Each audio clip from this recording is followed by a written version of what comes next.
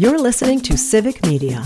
You can tune into any of our live shows on any radio station across the state with the Civic Media app. Find us in your phone's app store and listen anytime, anywhere.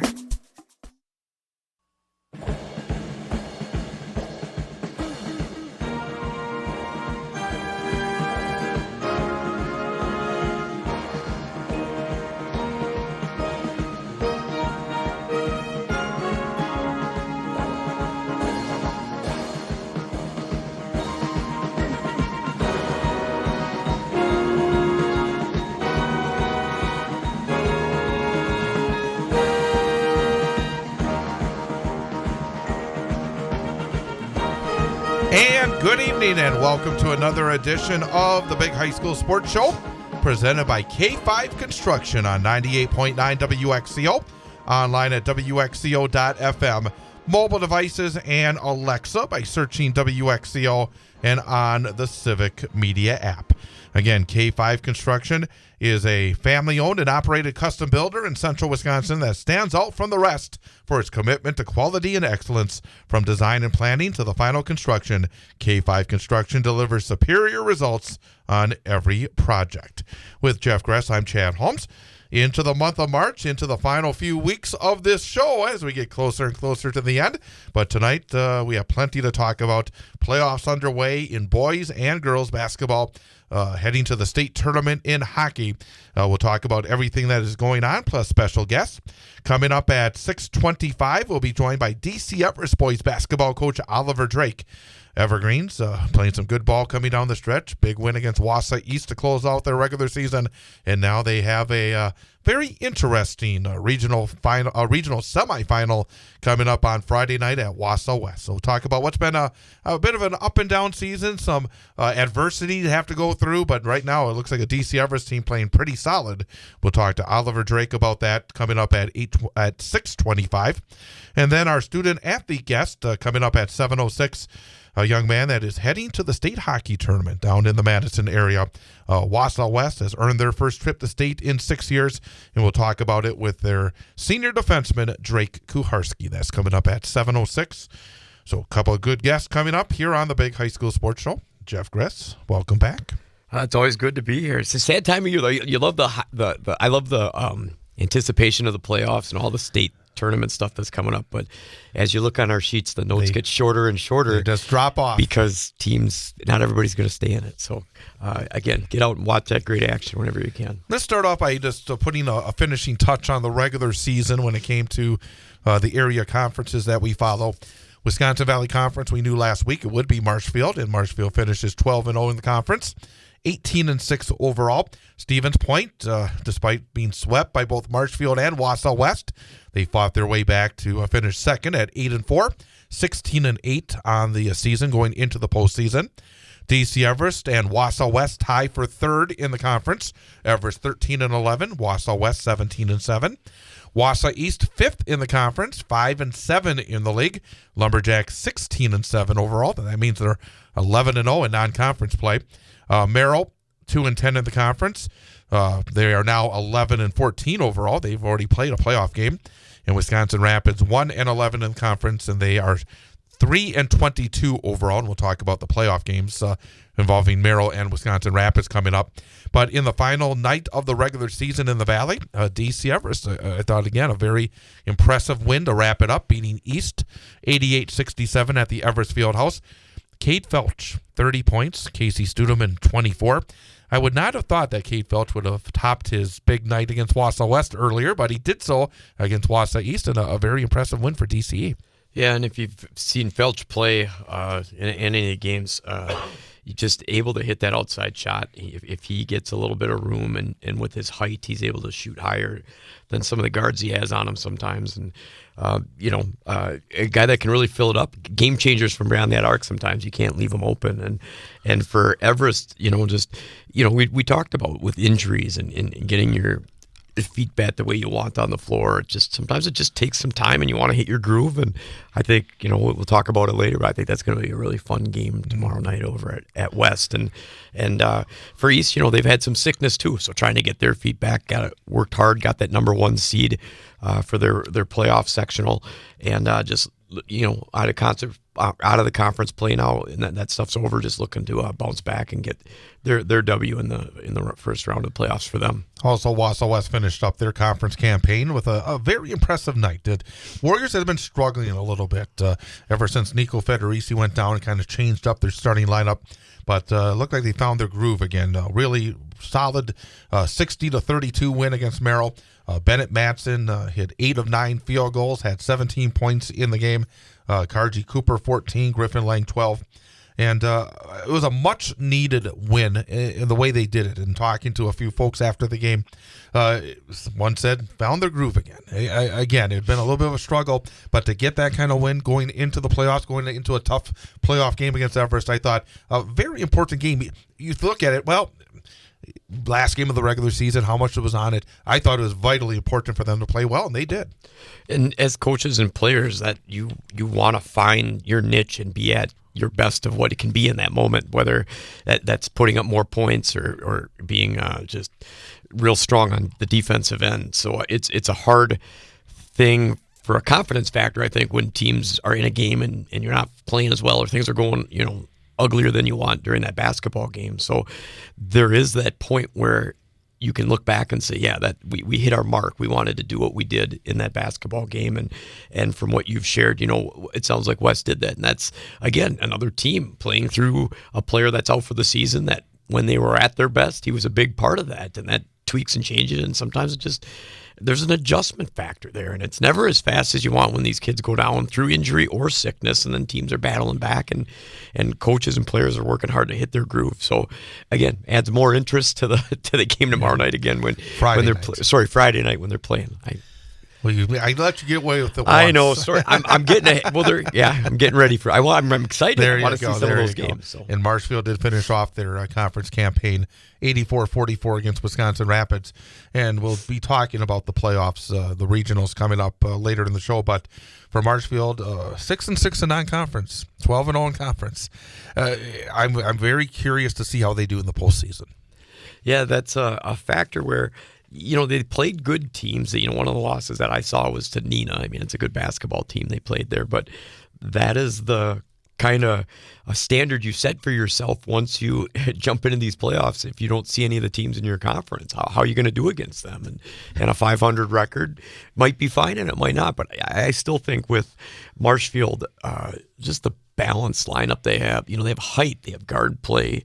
They play their style, but I've also seen them adjust on the fly as they need to be competitive with these teams. And everybody, it's a lot of pressure when you hear people even up here by us saying, this is their year. This is your year to go. So they hear that same thing, but I also know I'm sure they have the standards they set and the goals they want to hit. So I think it'll be interesting to watch them down the stretch.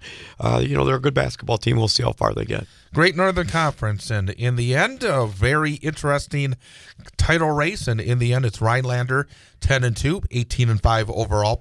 Medford and Mosinee finished tied for second at 9-3 in the league, 13-10 for the Raiders, 17-7 for Mosinee. Northern Pines 6-6, fourth place in the conference, 14-10 overall. Antigo 4-8, 11-14. Lakeland 4-8, 10-15. Tomahawk 0-12, 4-21. But Rhinelander did the job the last 2 weeks. They beat Mosinee at home in a tight game, and then they win on the road against Medford Friday, 51-43. And really, I mean, they earned that championship. Yeah, you got to give them credit on how they finished the stretch of the season. Them and Mosinee is always a battle and never an easy game, and they obviously got that W. And then we've talked about how hard it is to play at Medford over the years, even whether Medford's top-of-line team in the conference or kind of hanging at that third, fourth place spot. Earlier on, they've been at the top the last couple of years. Just a tough place to play. And Medford was playing better ball in the conference games, too, over the last half of the season. So for Rhinelander, we talked off air. You said the comment, they just find a way to get it done. And they've done that a number of times now, where 10-2 overall and 18-5 mark, number 2 seed in the playoffs. Well earned and well deserved. And we'll see. They've got some comparable games on the team they're going to face that beat Lakeland to start the first round of the playoffs. Mosinee did finish off the season with a 69-51 win against Lakeland.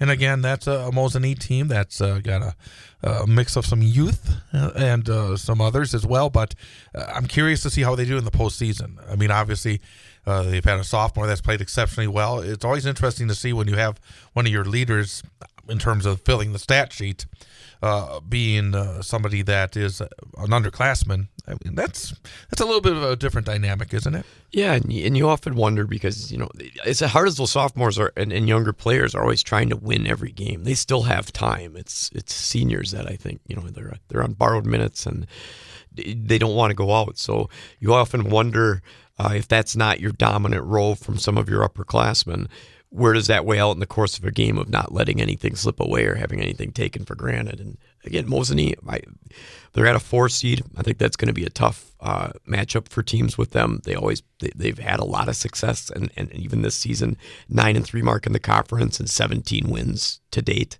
So I think their physicality, their quickness, they have a lot of strength on that team, and I think they're going to be a formidable foe whoever they have to play down the stretch. And they got kids at 3 double-digit scores. Braden Reinke, the sophomore, who we talked about, double machine during the season. They got Treve Stoffel, who's a terrific athlete at more than 14 per game. Carson Balgord as well.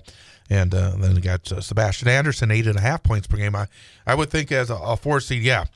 It's always it's interesting now how those brackets do drop, because you would think that Mosinee would be there with East and Rhinelander, but they're not. Right. And I think it's again tougher for them. I think moved them to the west side of the state a little more. But it just feels like, for the regional, you would have thought they would have been right there with some of their conference brethren and the Lumberjacks as well. But we'll see how they do. And I think there's 2 sides to that, because I think that's where we've usually seen them slated in the last couple of years.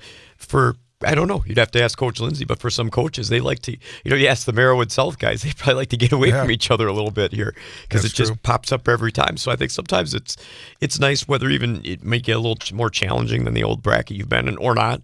And I think, Mosinee too, I've only seen Reinke play on like highlights on the news, but doesn't look quite like a sophomore out there. He looks like a little older, the way he plays, the way he carries himself. So good basketball team. It'll be interesting to see where they end up as the games progress from one week to the next. Merriwood South, a very interesting finish to the season, as coming from behind, like the Kentucky Derby with Stratford, and they were a length behind, and they finish a length ahead as they win it, 14-2 in the conference, 22-2 overall. Auburndale second at 13-3, 21-3.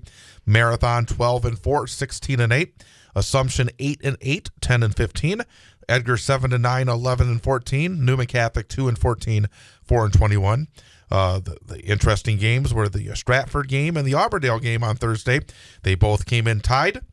Auburndale at home, Stratford on the road, but the home team, Auburndale, lost the Marathon 68-58.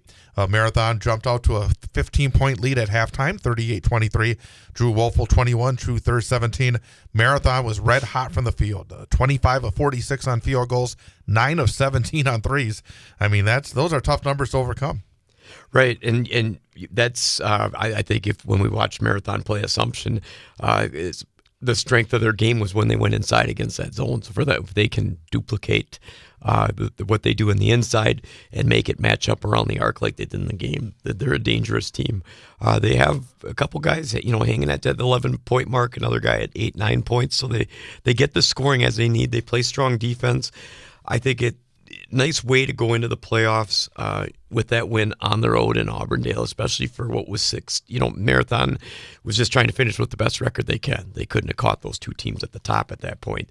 And so for them to finish out in that game is a big deal. And I think Coach Schmidt owes Coach Jacobson a couple beers on that one. And we'll talk later when we get to the brackets, but Marathon could be right back there on Saturday. So, I mean, obviously very interesting setup to what could be a sequel coming up on Saturday night. But Stratford took care of business, and we saw it where Assumption is very tough on their home court. But Stratford was able to do what they needed to do, clinch the conference title outright, 68-51 over Assumption. Yeah, nice in an overall finish with 22-2, 14-2, and Stratford just kind of that steady machine. They just keep coming. There's never, we hear of Brucewitz a lot as the leading score, but not over the top. Like, oh, this is, it's they get it done. They play hard-nosed defense on one end. They execute. And I've always thought Coach Schmidt does just a great job of getting kids in scoring position based on their individual abilities. And that's not easy to do when you got 5 kids at a given time out there, not including the guys that are going to rotate in off the bench and move around. So for them, I thought just they did it, went over to Assumption, which isn't an easy place to play, especially as Assumption's been playing a little better, got an extra pep in their step with confidence-wise. And Stratford, finishes out the season real strong to kind of swoop in there and take that conference lead. And let's look at the CWC North real quickly, because there was one interesting game in that one as Tigerton finished perfect, 10-0. Then Northland Lutheran and White Lake at 7-3. But Tigerton went to Northland Thursday, won 73-55. And now those teams will meet again on Friday night in the playoff round, but this time in Tigerton. How do you look at that? Because obviously Tigerton, and you talked about it, you know the coach back in his days at Pittsville, very impressive.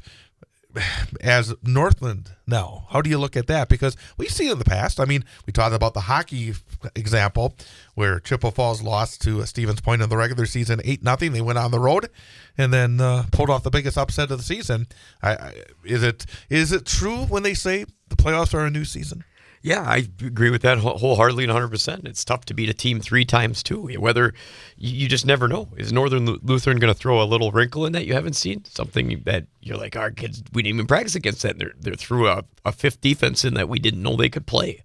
Or is it just going to be a will of the kids where one group shoots better, one group has less turnovers?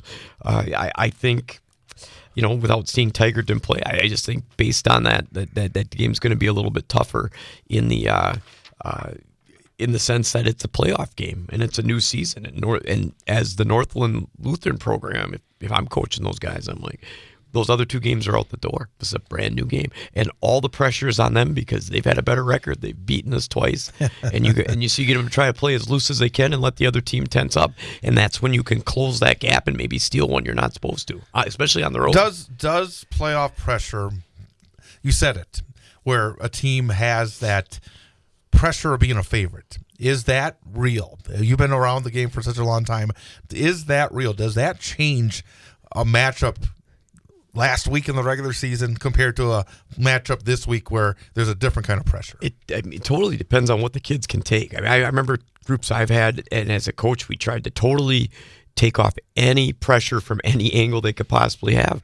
But then we play at home against in the first round of playoffs against a team we beat twice, and it would take. I think it just takes you longer to maybe wear them down because we couldn't get rid of them before half like we wanted to. We had to do that in the second half and make some adjustments. And sometimes you never know. You don't have a good shooting night. Somebody goes down. Somebody comes in sick under the.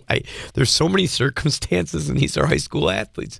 Sometimes you can't always, they're already thinking for themselves on a lot of things. So how much direction and correction you can give at that point, you just got to get them to understand how important the moment is, and you don't want to go with any regrets. And I think you take that angle, you can have good things happen. But there is definitely playoff pressure in many different ways for both teams at that point. And before we take a timeout, let's talk about the standings, the final standings in the Merriwood North and the CWC North. Merriwood North, Rib Lake won it, 12-4, 18-7. Phillips second, 9-7, 17-8. Prentice 8-8, 14-8. Athens 7-9, 8-17. Abbotsford 3-13, 9-16. Shawamigan 1-15, 3-22. And the CWC East, Bonduelle finished perfect in the conference, 14-0. They may have had that one loss that you'd like to have before the playoffs, right. 23-1. Iola and Wittenberg finished 11-3 in the conference. Shiocton 8-6. Menominee Nation 5-9. Wyowega Fremont 4-10. Amherst 2-12. Manawa 1-13. Anything you want to add for those 2 conferences before we close the book on the regular season? No, I'm interested to see where Rib Lake goes. They're a solid team. They started their first round in the playoffs, which we'll talk about a little later, and did well. They solidified the conference. It was already in the books for them, but they held their own again over on the road against Phillips, which I think is a nice win to go to the next team down and on the road in their place and go get one. And for Wittenberg, I'm curious what they have.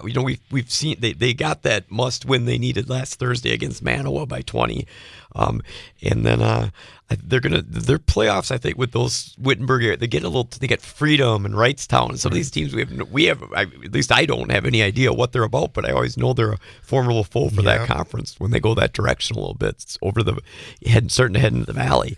So I think that it'll be interesting to see where they fall in suit once the playoffs start for them. Coming up a little bit later on, we will look at the regional playoffs in boys basketball. We'll talk about what happened in the regionals and look at the sectionals on the girls' side. And also we'll talk about the sectional finals in hockey and look ahead to the state tournament as well. In fact, we'll talk about hockey and state with our student-athlete guest, Drake Kuharski from Wausau West at 7:06. But coming up in a minute, we'll have our coach guest for this week from DC Everest, boys basketball coach Oliver Drake. That's coming up next. The Big High School Sports Show, presented by K5 Construction on 98.9 WXCO. For the first time in 6 years, the Wausau West hockey team is at the state tournament. On Friday afternoon, the Warriors will hit the ice against two-time defending Division I state champion Notre Dame Academy in a state semifinal. Hear all the exciting action live on 98.9 WXCO, online at WXCO.FM, mobile devices and Alexa by searching WXCO, and on the Civic Media app, starting with the pregame show at 1:35 and the opening face-off at 2 p.m. Wausau West hockey from the state tournament is brought to you by Four Seasons Go, the Wausau Cyclones, Mike Whitmore Construction, Mosinee Family Chiropractic, the Cloverbell Credit Union, Red Robin Restaurants, Sun Printing, the Wausau West Athletic Department, Coast to Coast Marketing, and the Wausau West Hockey Booster Club. It's Wausau West versus Notre Dame Academy in a Division I hockey state semifinal. Friday, starting with the pregame show at 1:35 on 98.9 WXCO.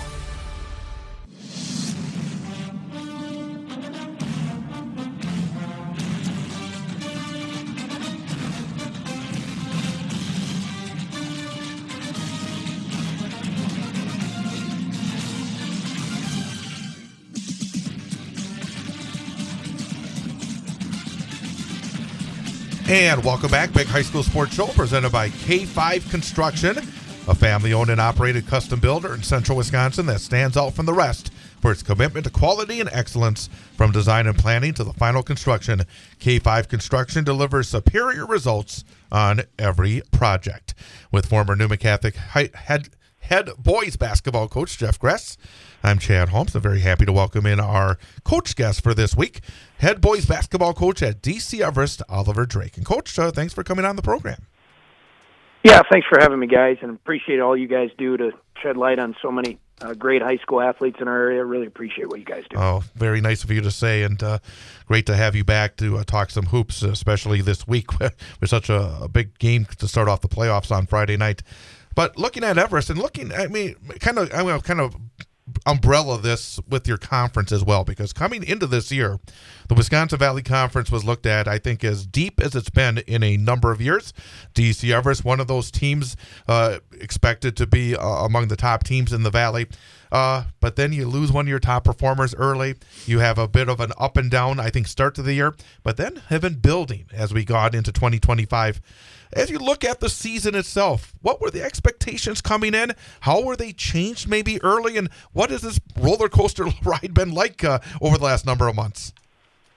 Well, yeah, I think you summed it up. It's definitely been a roller coaster, but our expectations, regardless of who we have on the court, are to compete and to be thankful for our opportunities and just be a team that's connected and to really look back on things with no regrets.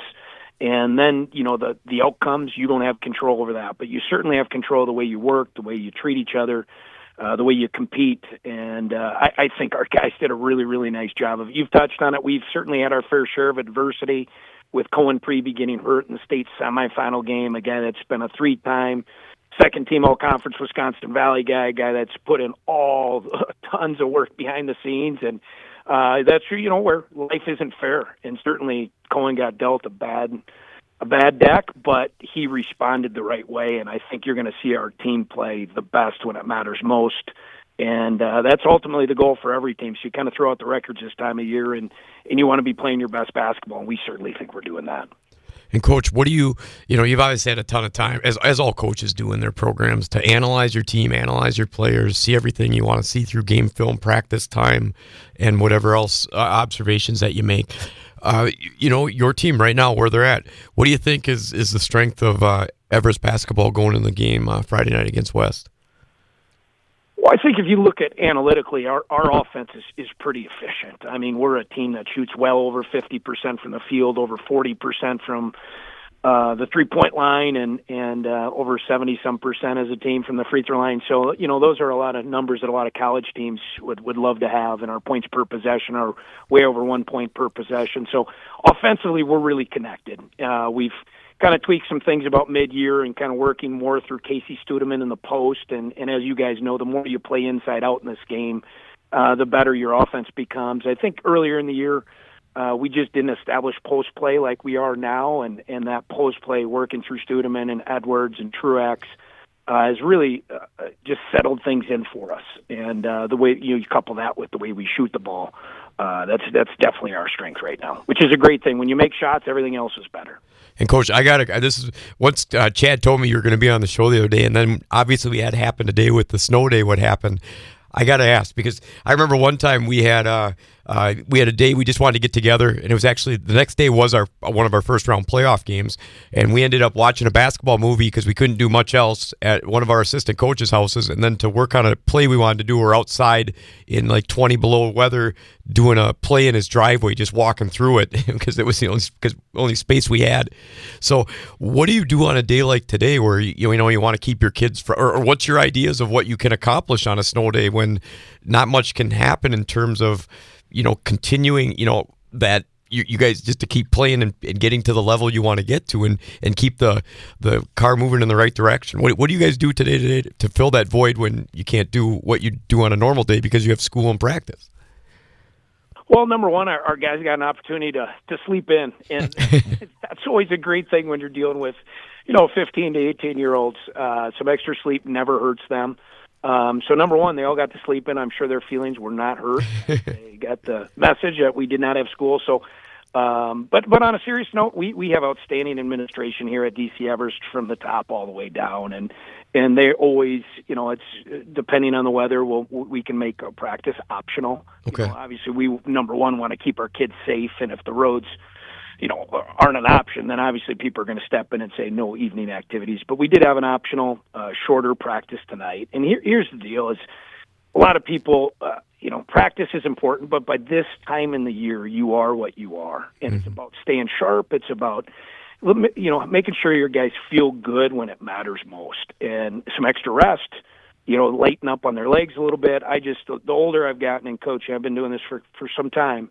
The more I understand less is more, especially this time of year. So snow day on this day isn't the end of the world. Again, what do we control? How can we respond to it? And how can we make the most of it? And I think we made the most of it today with optional practice and just getting the guys together and getting them some extra rest. That never hurts this time of year. To pick your brain on a comment you made talking about your season in terms of the adjustment, maybe looking more inside. I remember watching early in the season. I was watching a game you had against Eau Claire North, and there were moments in that game, it's like I'm thinking, wow, because you guys were hitting a lot of shots that day, hitting a lot from the outside the arc.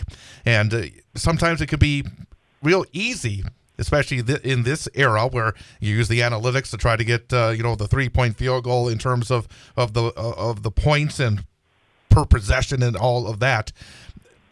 What was the thought process of trying to tweak a little bit? Because I think you have a really impressive young man in Studeman, and I've seen him a couple of times as well, that he can be a very tough matchup.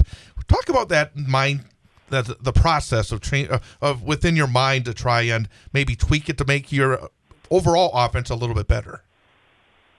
Well, I think as a coach, your number one job is to always constantly analyze, are we putting our players in positions to succeed and to be the best versions of themselves? And we had Casey kind of in what's called a pinch post, and we were running some Princeton options out of that. And we kind of had him out away from the basket. And the more I watched, I couldn't understand why we weren't getting him more looks. And sometimes you as coach got to step back and just say, well, we got to get him where he likes it the most. And so, you have those conversations with kids. Hey, Casey, in an ideal situation, where do you want to catch the ball? And so, we had a good conversation, he and I, and he kind of mentioned where he liked to catch it at. And I was like, well, that's an easy solution. So he kind of morphed into more of a 4-out one, and with still some Princeton concepts, with still a lot of movement.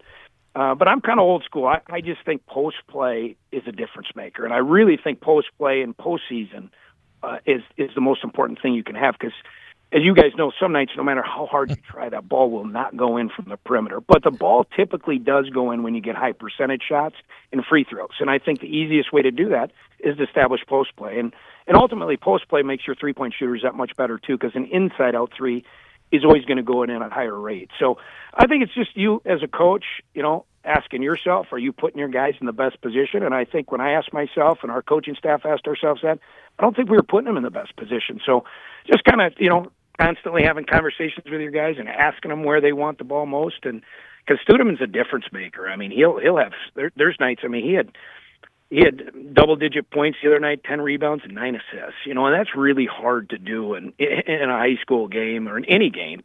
And that's who he is, and I'm just glad we finally woke up as coaches and got him the ball, where he works best, and that's made a huge difference with us coming down the stretch here. And, Coach, I love high school sports. I love what it's all about, and the saddest thing for me is when players can't, good kids and good players can't be there when it's out of their control because of an injury. And so I was just curious, because you've seen it happen, and until you're in the midst of it with that player, your program and your coaches, you see it all with how Cohen Preby came back and what he's doing. And I saw a little bit of your East game the other night, and he's out there just working his tail off. And when he was on the show, he shared it with us. Yeah, I feel good, but I still just feel like it's not, he wants it to be perfect for him, and it's still not, but the kid's battling through it and working his tail off. Can you talk a little bit about the process? Because it's, number one, if you're a player, you're great to be around your buddies, but sitting there watching all the excitement, the fun, and you can't go out there physically, it's got to drive you bonkers. As a coach, the process probably never moves fast enough, but you understand that you want the kid at their best for as long as they can, at the end of the season. So I don't know, a little bit about, through your eyes, what you saw in this time to get him set and ready, and how your teams responded to all that. Well, Cohen handled it better than I could at 46. I can tell you that. It was just a tough deal. With 6 minutes left in a state semifinal football game, returning a kick and coming up hobbling, and the next thing I know, I see him on the training table, and the next thing I know, I see him on crutches. And this worst case scenario, right? It's a kid who's lives and dies for basketball, has put in a ton of work behind the scenes. Had a great summer. Leading us. We had a really good summer as a team, and we're really primed to, I think, compete at a really, really high level. And then here's what I'll tell you about Cohen, is we do some volunteer work with Green Heck, running a recreation basketball program for pre-K through second graders on Saturday mornings. And he was injured, hobbled, and where did he show up the next Saturday morning? To volunteer. And so if you want to talk about a kid who gets the bigger picture, understands pouring into other people, and the quickest way to get out of adversity, or the quickest way to flip adversity, is to pour into others. And Cohen did that at the highest level. He has continued to do that all the way through. And what we talked to Cohen about is just give yourself some grace. As you come back, the toughest thing from an injury is you think you're going to be back at the level that you left. And you never will be. I don't care if you're Kevin Durant coming off an Achilles or Cohen Preby coming off a foot injury. You're not going to be the same right away. So give yourself grace. Understand you've done everything the right way. Enjoy it. Enjoy every second of it. And our team has really picked up since he's been back. And he may not feel completely because he was out for so long, but I'll tell you, his impact has been unbelievable. Whether he was on the floor, off the floor, in a cast, on crutches, or in two shoes, he's had a phenomenal impact on our program. We couldn't be more proud of the way he responded to it. Again, we're talking to Oliver Drake, head boys basketball coach at DC Everest Senior High School here on 98.9 WXCO. One thing that kind of jumps out about your team is different guys can step up, and saw it in person twice, where the first time you played Wausau West, Cade Felch came out there and had a first half to remember. And then the second time around, it's Xavier Edwards putting up 32. In fact, I was looking at some of the numbers for your team. You have 7 different players that scored at least 17 points in a game. Obviously, you got a lot of different guys that are capable of putting that ball in the hole and a lot of different options offensively, don't you? Yeah, we do, and Cade Felch has been a guy that we knew. He's played since his freshman year. He's a guy just behind the scenes is working all the time and is super coachable. And that's always a recipe. When you're super coachable and you have great work ethic, you are going to continue to get better. And so Cade just got invited to the WIA 3-point challenge. He's the second-rated shooter. 3-point shooter in the entire Division I. So he's been invited to Madison to take part in that. And certainly against West the first time, he got loose a couple times. And when he gets loose, I'm surprised when he misses. I mean, that's just how good of a shooter he is, and that's how much work he's put in. But he's more than that. He now can attack the basket. He can post up. He's becoming a real smart defender for us. And then you talked about Xavier Edwards, and both Xavier and Cade were named second team Wisconsin Valley Conference all-conference this past week. And Xavier, they decided to not guard him from the 3-point line, and you can do that, but because Xavier's such a good driver getting downhill, but he's a good enough shooter that if you just leave him, and I can't remember, he may have had 5 or 6 threes in that game. So we've seen a couple different looks from West, and certainly, like you said, we have 7 different guys, and on any given night can lead us in scoring. I think that makes us pretty hard to prepare from an offensive standpoint. And both Xavier and Cade have had phenomenal junior seasons for us. And when Cohen was down, it really, we needed those two to step up and take that next step in their growth process, and they've certainly done that. And Coach, I always like to get Coach's opinion. You start the playoffs, you're gonna see a team you've already seen twice. Coaches have different attitude towards it. Like, some are like, yeah, the kids are ready. Some of the stuff is they just have to be ready to go. And who can shoot better? Who can play a little bit better defense? Who came ready to play? Who's not turning the ball over as much? And then other coaches, try to take a lot of pressure off it. And Chad and I were talking in the first segment a little bit, how much playoff pressure is there and what exists there for each team it can sometimes be 2 different tracks that they want to take. What will be your thought process maybe in how you want your team to start the playoffs, as well as what your message might be to them as you start that new season up come Friday night? Yeah, I think our message is always the same. One of the core values we want our guys to play with and live their life with, while they're with us, just thankfulness. You break it down to how cool is this? We get to go across town, take on Wausau West, first round of the playoffs, a Wausau West team that I think has played some unbelievable basketball. That's tough, that's connected, that's hard-nosed, a team that obviously we're familiar with. They're familiar with us. Some nights on that opening night, you got to take a 2.5, 3-hour bus ride, when you're a lower seed, and we don't have to do that. It's almost in essence like another home game for us. But it's going to be an absolute war. And what we want our guys to do is just be thankful that they get this opportunity. And I think if you live your life with thankfulness, you're going to attack your opportunities. And so I just want our guys to enjoy every second of it.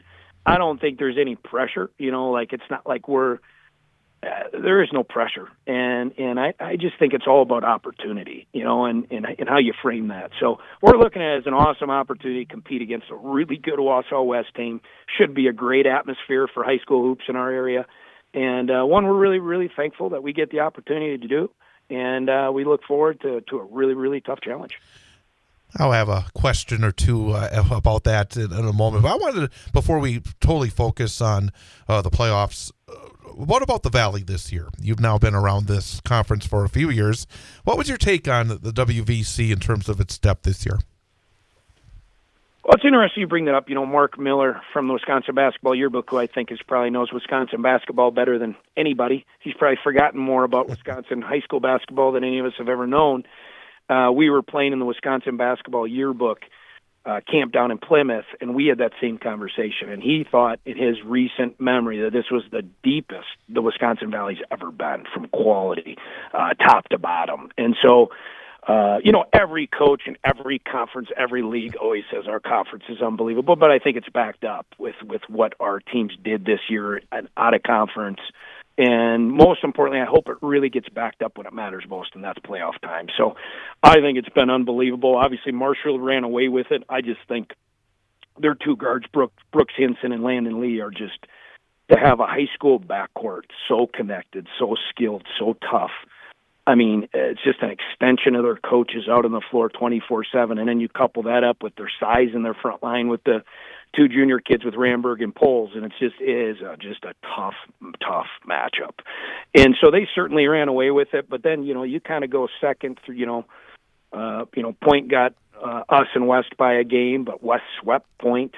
Obviously, we had some good games with both those teams, and then you look at East, who's a number one seed in Division II, and they had a sub 500 record, and obviously they had Nepgezik out a little bit, and you saw when you have your best player out how hard it is to win in our conference.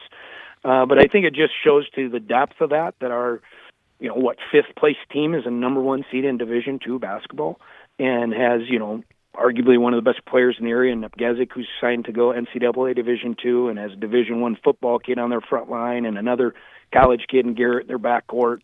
And that team was sub 500 in our league. So I think that says more about the quality of our league. And we just really good kids, really skilled, really, really good coaching, great communities, great school districts. Just a fun league to compete in. And it's certainly fun looking back on it. Not always fun in the moments, but it was a really fun league to be a part of this year. And Coach, just staying in the conference for a second. Do you feel like?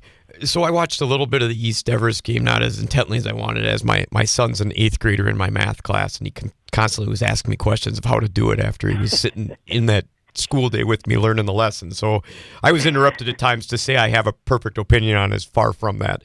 But I did see, it was, you made a little run, East came a little bit back, then you made a little run, they came back, and then, middle or midway point of the second half a little bit, you guys got that cushion, that lead, and held it, is what I remember happening in that game. Was that a culmination of a really good spot to be in, leading in these playoffs, where in control against a very good basketball team, and things are just rolling at home? Was that your take? Kind of a good feeling right there at that moment that things are starting to gel. Now we got all the guys back, and we're hitting our stride, full out running into the playoffs here. Yeah, I mean, we certainly feel that way, but it's one thing to feel it; it's another thing to do it. So we certainly feel we're trending in the direction of, every year there's a team in the playoffs that kind of muck their way through the regular season, for whatever reason, and they just figure things out at the right time. I really feel like we're trending in that direction. But again, if we don't come strapped up and ready to go Friday night at West, it will be done. So, we understand, we're certainly trending in the right direction. I think East game was a prime example of that. I think some of our other games, we've had stretches, but we haven't put a full game together like we did against East. I think the 4 seniors we have, Chase Pavlovich, Brennan Peterson, Cohen Prevey, Casey Studeman, I think the finality of all this is starting to creep into their minds, and I think we're starting to see a little more urgency. And when you get urgency in the right areas, that becomes production, and that's what we saw in the East game. Just a little more urgent, just a little more edge, just a little more competitive spirit. And so, yes, I would agree with you. I think we're trending in the right direction, but we're cautiously optimistic because we know what's in front of us. We know how good Wausau West is. We know, we need to be dialed in or it's going to be short-lived. So, but to answer your question, yeah, we're very, very excited about the direction, but we know we better be ready to go. And I guess one final question I have, I like to ask coaches, beyond what is happening at the very moment, how would you characterize the state of the program? Do you feel as though from the top, from the varsity right down through the rest of the program, how do you feel DC Everest basketball is right now?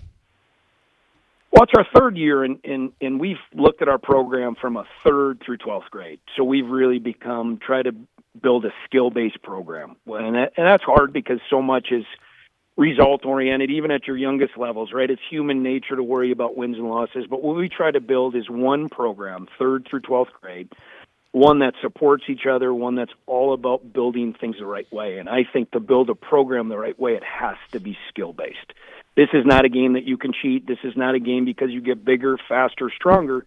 that you're automatically going to get more wins. The skill piece has to be a huge part in it. So we're very excited about all the work we've put in, and this has been a team effort. This has not just been high school coaches. This has been all of our volunteer coaches, third grade and up, our booster club members, our parents. This is everybody on board. But this is how I know you build a program. And you build a program around the right things. And the right things are enjoying getting better and doing it together. And that's one of the things we always talk about. Let's get better together. And when we say that, that's 3rd through 12th grade. We got little kids waiting outside our locker room at halftime to give us 5. We have a Big Brother program where our high school kids mentor some of the younger groups. We've put in over 200, maybe close to 300 hours of community service within our community. So our program's much more than what you see on a Tuesday or Friday night at the game, and something that we're really, really proud of. So the direction of the program, I couldn't be more excited about. But we always got to get better. We always got to keep working, and we always got to do it together. Jeff, anything else for Coach Drake? Yeah, one last one. Chad's not going to like my last question, but I want to hear your answer to it.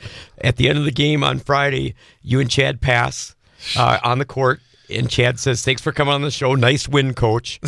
And then what? So at the result of that, what's one thing that you would have been really proud of your guys that they did that night that is going to kind of get them through to the next level? What do you think they're going to have to do well on against West? Well, you got to match or surpass everything West brings from a toughness and physicality standpoint. And that, to me, that's the ultimate compliment to the Wausau West group, is they're tough, they're physical, they know who they are, they have an identity. And if you don't come strapped up and ready to match and surpass from a physicality, from a checkout, from just all the tough stuff, that would be what I would be most proud of. And that's certainly the stuff that we hang our hats on the most. Certainly our team's getting some notoriety for their offense. But it's that tough stuff that's how you find a way to win games in March. Because shooting comes and goes, but getting in a stance, moving on airtime, having hands and feet on a closeout, guarding the ball, seeing your man, getting 5 in the mix from a rebounding standpoint, valuing the basketball catch, ripping, faking, and making, playing off 2. I could go on and on and on, but that's the stuff that'll be the difference. So look forward to the challenge, and I would love to have that conversation at the end. Coach Oliver Drake, DC Everest boys basketball, and it's a fun time of year. It'll be a fun Friday night. Thanks again for spending some time with us. Absolutely, guys. Thanks again for all that you guys do. Really appreciate you guys. We're going to take a quick time out. Be right back. Big High School Sports Show presented by K5 Construction on 98.9 WXCO. The Central Wisconsin Storm are back at the state tournament. Thursday night, the Storm will take on the Eau Claire Area Stars in a girls hockey state semifinal. Hear all the exciting action live on 98.9 WXCO, online at WXCO.FM. Mobile devices and Alexa by searching WXCO, and on the Civic Media app, starting with the pregame show at 7:06 and the opening face-off at 7:30. Central Wisconsin Storm hockey from the state tournament is brought to you by Four Seasons Golf, the Wausau Cyclones, Mike Whitmore Construction, Mosinee Family Chiropractic, the Cloverbell Credit Union, Red Robin Restaurants, Sun Printing, the Wausau West Athletic Department, Coast to Coast Marketing is the Central Wisconsin Storm taking on the Eau Claire Area Stars in a girls hockey state semifinal. Thursday night, starting with the pregame show at 7:06 on 98.9 WXCO, WXCO.FM. Mobile devices and Alexa by searching WXCO, and on the Civic Media app.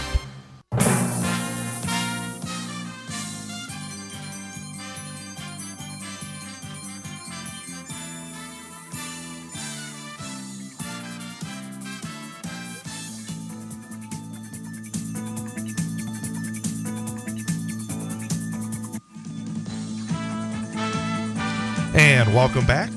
Big High School Sports Show presented by K5 Construction, 98.9 WXU. That was a really nice last question you had there. I thought you'd like that. Well, it could play out either way. It could also not be. I want to hear what he had to say. I tell you, be proud of his team. It's going to be fun. I mean, that's going to be a wonderful environment at the Fieldhouse on Friday night. That is what you want. There will be a war. The home court advantages. It's not going to matter. It's all what you want in a high school game. It's going to be exciting to see. Well, I think West earning the number 6 seed would have liked somebody to have to travel 2.5 hours. Right. Because when you earn the home court advantage, you want it to be the home court advantage. Right. It's also a tough goal for West. But I just think in-conference rivalry, just across town Yeah. a little bit. The makeup of the different type of players sounds like they both are going to know each other well, what you're going to get out of it. So who can not turn the ball over as much, who can play a little better D, and who shoots the ball well, we'll see. We are going to start going down the brackets here on the boys side. We'll get back into it later in the show, but here, Division I, last night there was a game. Wisconsin Rapids lost at home to Appleton West 67-62. All the Valley teams are in the bottom half of this sectional number 1. And again, sometimes you, like you talked about, sometimes you like to be able to see other teams. Other times you don't mind seeing the teams that are close by, but all these teams are kind of bunched together. You have Marshfield hosting Appleton East, number 2 versus number 15. Appleton East beat Chippewa Falls last night 58-41. Stevens Point, number 7 against Hudson, number 10. And the 2 winners will then meet on Saturday in the regional final. Again, what do you think? What do you look at in that bracket? Well, I think just for the games you listed, Marshfield should be able to take Appleton East in that game based on how Appleton East beat Chippewa Falls.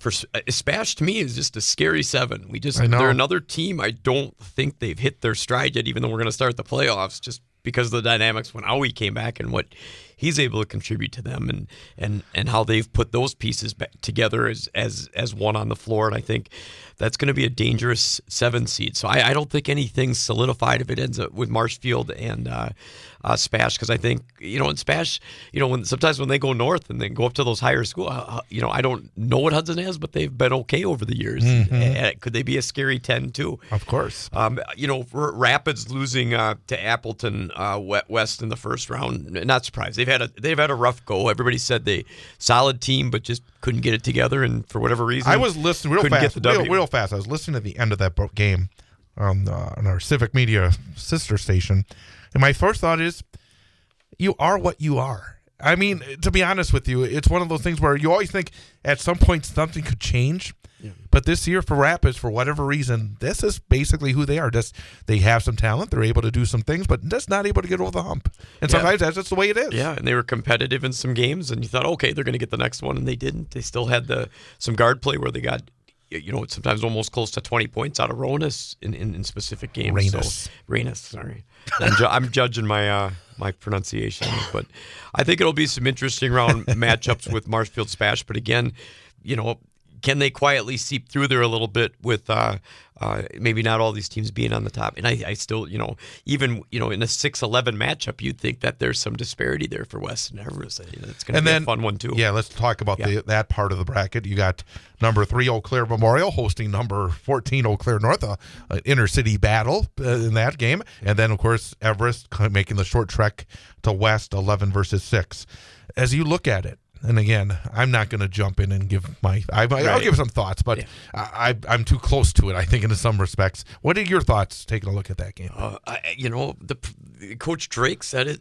West has just got that stymie defense. They're hanging on you. They're tough. They're all over. They got this grit and determination that they've always held on that end. And then, over this, especially this season, they've just put the ball in the basket a lot more consistently too. And we talked about the win at Merrill that they just had, and that kind of puts things in perspective that they're playing a little bit better in getting through the injury that they had to Federico. And then Federici, did I say that wrong? Federici. Sorry, yeah. I knew right after I said Nico, you put it together. Yes, Nico. But then I corrected myself. Yes, so you did. Very counts. Good. But we didn't have school today, so I'm off on my pronunciation. I know. And then with Everest, high octane, but they do a lot of good things. That one's tough. It's going to be a war. I mean, again, sometimes it just comes down to the night. Do you put the ball in the basket enough? Did you take care of You're listening to Civic Media. Stay up to date on the latest news and information for your local community and Wisconsin by signing up for our free email newsletter. Visit civicmedia.us/email to get started.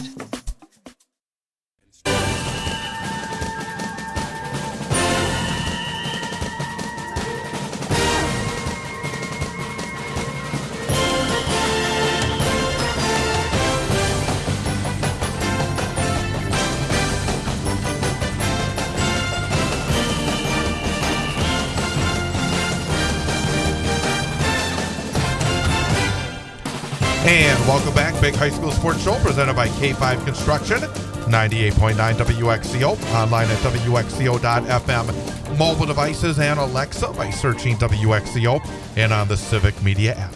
Again, presented by K5 Construction, a family-owned and operated custom builder in central Wisconsin that stands out from the rest for its commitment to quality and excellence. From design and planning to final construction, K5 Construction delivers superior results on every project. With Jeff Gress, I'm Chad Holmes, and time now for our student-athlete guest from Wausau West High School, senior defenseman Drake Kuharski. Drake, I know it's a busy week, so really appreciate you coming on by. Yeah. There's been a busy week, like you said. Hard practice. We have been had some good practices. Looking forward to this big state tournament this weekend. Hoping to take the championship home with us, and gonna have lots of fun. Let's talk about this season as a whole, because coming into it, Coach actually said, outside your locker room, I don't think a lot of folks were saying that Wausau West was going to find their way through this sectional, often called the sectional of death. Started off 3-3, and then after that seemed to get onto a roll. What was the feeling at the start of the year for you guys? I mean, you as a senior, we were just saying, it was now or never to get to state. Yeah. What was the feeling at the start of the year? Did you feel like this was something that was not just possible, but something that could happen if you guys were able to play at the level that you know you can play at? Yeah, I knew this would be possible. I feel like at the beginning of the season, we were kind of on the lower end. Like, we needed to find it where it was at, like the peak with the team, like coming together as a team and playing as a team. I feel like more towards the end of the year here now, we've finally made the coming together part happen as a team, and we've been playing good, and I think we have a really good shot at. Was there a point in the season where you felt like it did come together? Was there maybe either a game or a moment where you said, okay, we've turned the corner. Now we are a dangerous team. Was there a moment this season that it kind of felt that way? Not so much to me. I almost feel like we're kind of like up and down as a team. I feel like we had like a 6 or 7 8-game streak going there, and that's where at my biggest moment where I felt where we were coming together as a team, like we were a dangerous team, and then we kind of fell off from there after we played point and lost 7-1 on their home ice. I don't know, and we kind of came back, brought it back together, and we've been playing good ever since then. And, hitting at the high point of the season right now, winning the sectional final and going down to state. And you said you were dangerous, and we've been playing good at this point. And off air, we were talking about all the things that you're looking forward to with the state tournament this weekend.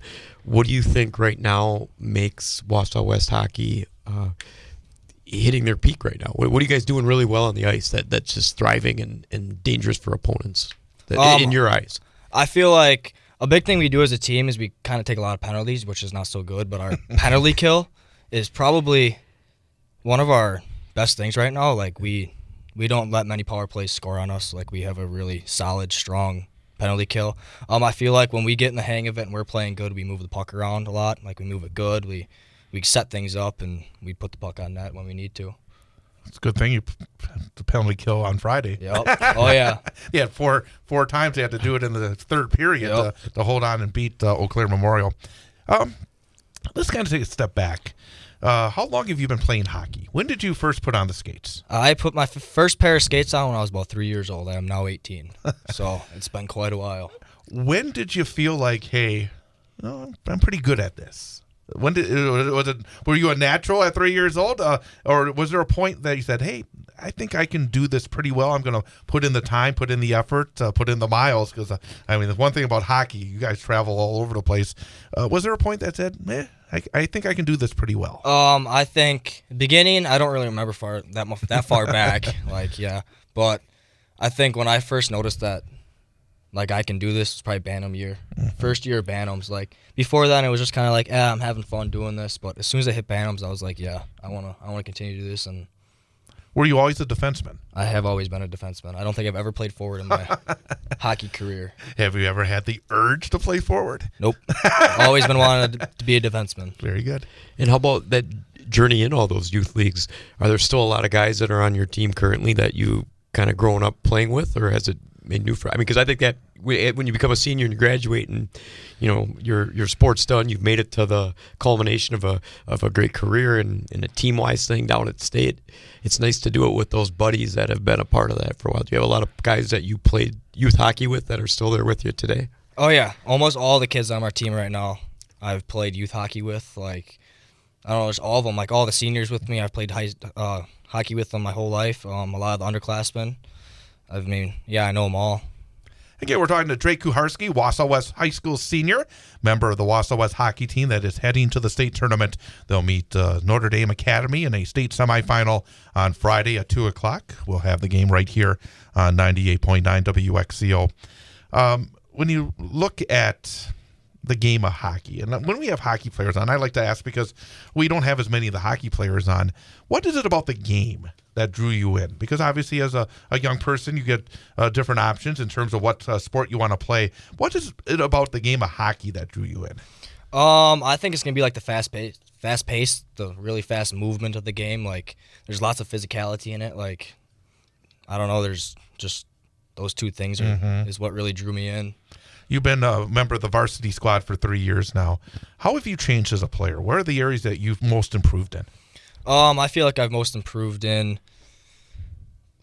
being a better teammate, probably moving the puck around, keeping my head up. That's a real good one right there. I don't know, there's not much. I mean, I do whatever I'm coached to do. I mean, Coach Brandt, he's a good coach to me.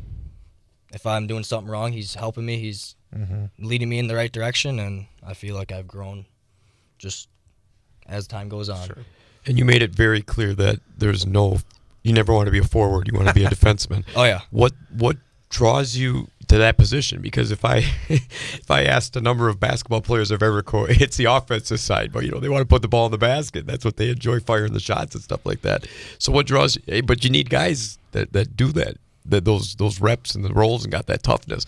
What draws you to be a defenseman? What do you like about it? I don't know. I feel like being the one to put the body into another person's body is pretty fun. I feel like making that stop from a puck going in the back of the net is also a big thing. Like, I feel like more, I don't really know how to explain it, but I just feel good about myself, like being able to stop that puck and keep that puck out of the back of the net and protect our goalie, Julian Scalcucci.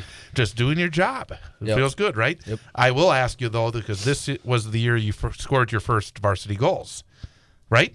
Yeah, I believe so. Yeah, because I don't think you scored varsity goals before this year. Was there a thrill? Oh, yeah, there was a thrill. I mean, when I scored that, I scored my second or third varsity goal against Rapids. I mean, it was just kind of like, whoa, the puck was in the back of the net. And it was stood in the corner, let all the guys huddle up around me, and I went through the shake the hands of the bench, and it was that. Is there a risk on that? Are you out of position when you're doing that? Are you too far? No. Or is there set plays where you can?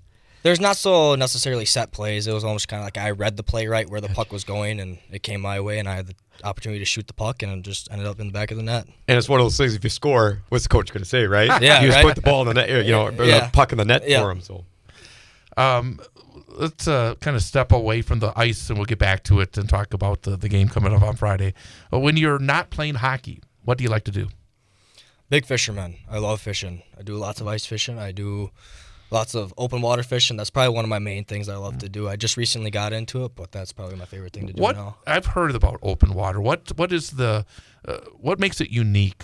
What makes it special? I don't know. I feel like being out on the boat with your family, girlfriend, whoever you're going to be out there with, just in the sun, in a swimsuit, casting the pole around, catching some fish. I mean, there's nothing better than it. Best fish you caught so far? 34-inch northern, I think. And are you that into it where, like, you're going to be one of those guys, I just caught it in some lake up north? You won't give the name away? Yeah. Gotcha. Catch and release, I don't keep fish. I don't really eat fish. It's just I go out there. It's a just thrill of getting one. Yep. It's, again, like a challenge. Yep. Like playing hockey. Trying to be the best you can be. Yep. Do you have a favorite class in school? I'm not. Don't care too much about school, but I mean, you got to do it because sports, and right. You got to keep your grades good. My favorite classes would probably be the manufacturing classes. I'm big into that. I like woodworking and stuff like that. Are you hoping to play hockey anymore after high school? I mean, if I get the chance to and I see someone or someone talks to me about it, I might think about that. Otherwise, I'm just going to go into the workforce and go into the trades or do Let whatever. me ask you, though, I mean, because you said since 3 years old, would you be someone, because there are adult leagues like that, would you be somebody that would want to play in some way, or after this point where you play at such a high level that you could step away? Because I think some people just love being around it and just have to be, no matter what the level is. And others would say, well, I played at such a high level, go to the state tournament, play for one of the best high school hockey programs in the state. How do you look at it? Do you see yourself playing hockey in some way as you get older? I'm definitely not going to take myself away from it. I'll be around it the rest of my life, I'll go watch games. I'll go do this. Maybe I'll play men's league on Sunday nights. You never know. I mean, that might come to mind. Otherwise, I don't know. Just go out, skate on outdoor rinks with buddies. Maybe I don't know. And they always have that around Christmas time, the 3-on-3. Yep. They bring them back. Yep. So I bet you'll always be coming back for that, I right? might be I'm sure I'll do that. What do you have a trade in mind? You seem very decisive. If there's no more hockey after that, you're gonna go into the workforce. Do you have a trade in mind? I'm thinking electrical. Okay. Yeah. Let's look at this state tournament experience because you guys will head down tomorrow. Yep. What are you, besides the game itself, what are you most excited about this experience? Is there anything in particular about this experience that you're really looking forward to? Probably an environment, I'd say. I mean, it's going to be lots of people there. It's like, I've never really skated on the ice around this many people, and it's just going to be something crazy to experience. And then, I don't know, it's going to be awesome to see. It's going to be lots of fun. Have the coaches, since we've talked off air, haven't been there since 6 years. It's brand new for you, which is, I think it's awesome no matter what, whether this is your third time going or it's brand new. It's just something you're going to get to have as a memory for the rest of your life because it's such a special thing. Have the coaches kind of given you guys any advice because they've been there before, or are they more so just, does it seem like they're just kind of letting you figure out and you can go all in and kind of see what it's like? For game-wise and, play-wise, he's given us advice, scouting reports against other teams and who we're playing and this and that. But, I mean, being in the environment and going there, he lets us know, what it's like. But it's kind of also, we're going to, get to see it ourselves and, figure it out on our own and, see what the environment is like. I don't know. I can't wait. And I got to imagine you got probably a vibe from your teammates already. There's a little bit of everything as there would be expected, right? Some nervousness, some confidence because you're also playing well. Some you want to leave nothing for second chance guesses. You want to finish it out. So I got to imagine it's a culmination of a bunch of emotions. And you'll get to figure it out when you get there. And both teams have to do it. Oh yeah. Looking at Notre Dame, obviously that's a program that's had incredible success in recent years. You had a chance to play them over at Cornerstone between Christmas and New Year's. What stood out about Notre Dame Academy that you're going to kind of take onto the ice on Friday?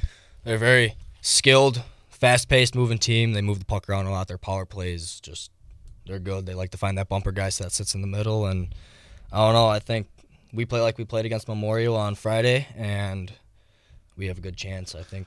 That first Notre Dame game was interesting because I think it was the day after the Springs game, if I'm not mistaken. And that was a tough one. And I thought that maybe was one of the turning points where you guys you bounce back. And I think one of the great things about athletics, especially high school athletics, is that ability to come right back and to be able to get knocked down and then get back up again. Did having that win against Notre Dame Academy add confidence to you and your group? Because they obviously have been a team that's been at the top of Wisconsin high school hockey for such a long time. To go into their building and to win that hockey game, was that maybe a bit of a spark plug for your team? Oh, yeah, I think that was a big spark for our team. I mean, we've played them every year the past how many years I've played. Mm-hmm. I mean, we've always given up good games, but we've also had those bad games against them where it's like they just kick our butts and, there's nothing we can do about it. So right. Beating a good, skilled team like that feels awesome and gives our team such good confidence. From what you might remember from the first meeting to the next game you'll play on Friday, is there something that your team's going to have to do well to get, you obviously talked that you're at full strength. That last time you might not have been, you still won the game, which is great. And everybody's on a high, so sometimes those games can start off a little different till everybody gets their bearings right away. Is there something, let me ask you this, to play well on Friday, what's one thing you want to see out of your team? I think one thing I'd like to see out of our team is moving the puck around a lot. I feel like there's times where we do a lot of individual skilled things, and that kind of brings our team down.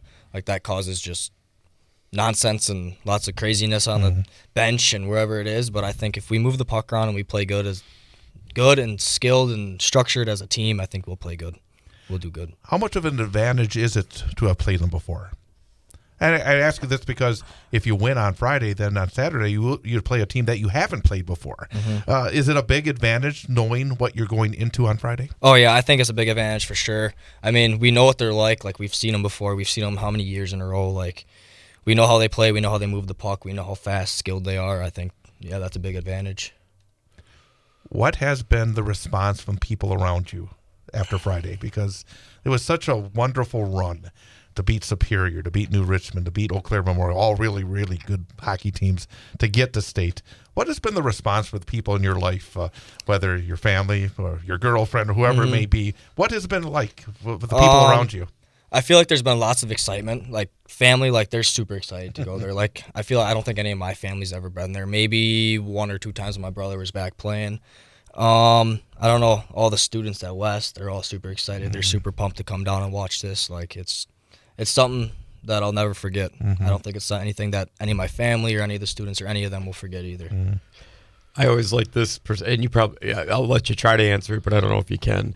The fact to try to slow down that moment, because all these great moments in our lives, they go by so fast. And like before, you come in as a freshman, the next thing you know, you're out graduating as a senior. But it seems like it wasn't that long ago, but then it goes by too fast. Same thing could be happening about this moment, and that's one of the tough parts about life is you can't slow those moments down. Sometimes you don't get them back for whatever reason. So is there anything you're going to do to just try to, I guess, slow the moment down or keep it in perspective and make the most of it? Because so many times, you want to get down there on Thursday, get your bearings down, it's always, we're going to the next thing. We got to get to the game. Now the game starts. Now we got to play well. And it's always this constant fast thought process that you enjoy it, but it's hard to do in the moment, because then before you know it, the buzzer goes off and you stand where you stand. Is there anything you think you can do to slow down, make it more special for yourself? I don't know if there's really be anything I could slow it down with. I mean, like you said, with being a freshman, the next thing you know, you're a senior, like it goes by so fast. I mean, I'm going to go down there. I'm going to make the best of it. I'm going to have the most fun I can. I mean, I'm going to live it up. And I mean, there's really nothing you can do to slow it down. I mean, time flies. You always ask the seniors as we get down to the end of the line about what they're going to miss the most. I think this would be a good point to ask that one, right? Yeah, so you've been there, West Hockey, 4 years. You've been in the youth leagues. You talked about your friendships, what hockey means to you, what you enjoy about the sport.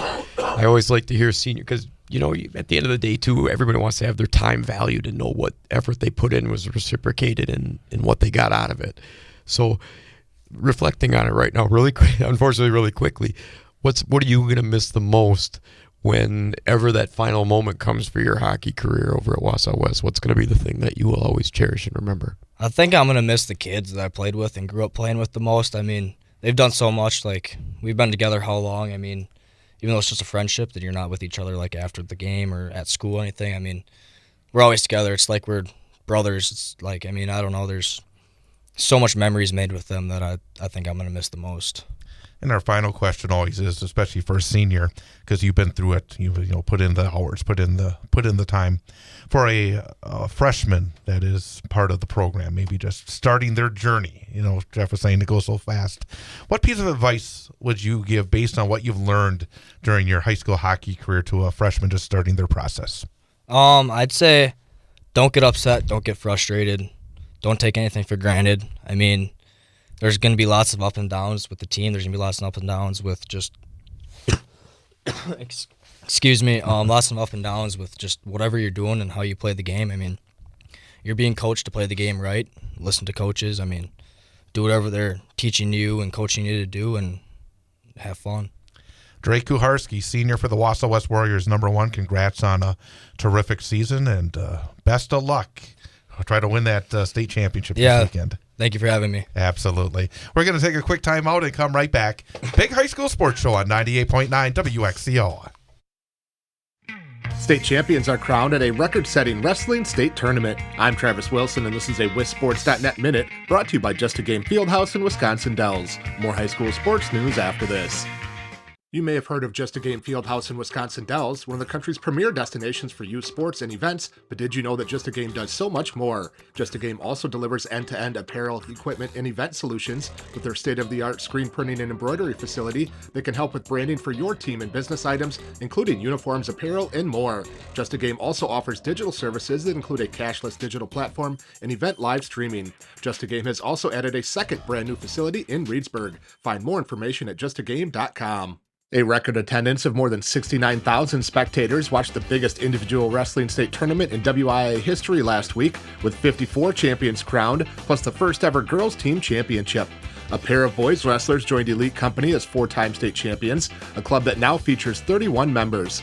Koji Campbell of Kenosha St. Joseph claimed the title in the 126-pound weight class of Division III to finish a perfect 54-0. Joining him as a 4-time individual champion is Danny Heiser of Evansville, who dominated his way to a 52-0 record in Division II title in the 157-pound weight class. There could be another member that joins that 4-time group next year, as Dodgeville junior Hacken Peterson won his 3rd championship this season.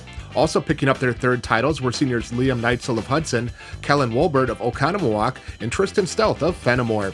Evansville claimed the most boys' individual state titles with 3.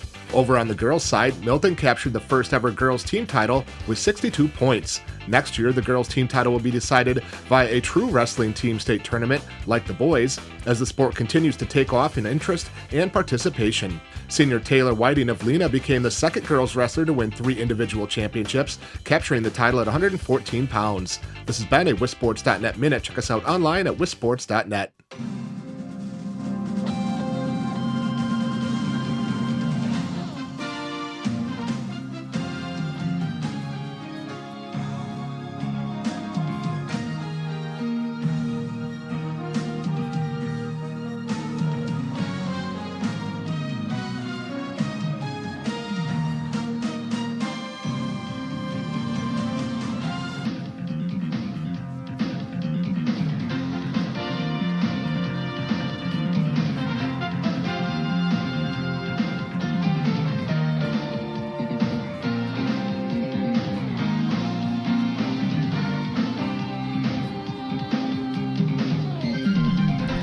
And welcome back, Big High School Sports Show, 98.9 WXCO, brought to you by K5 Construction.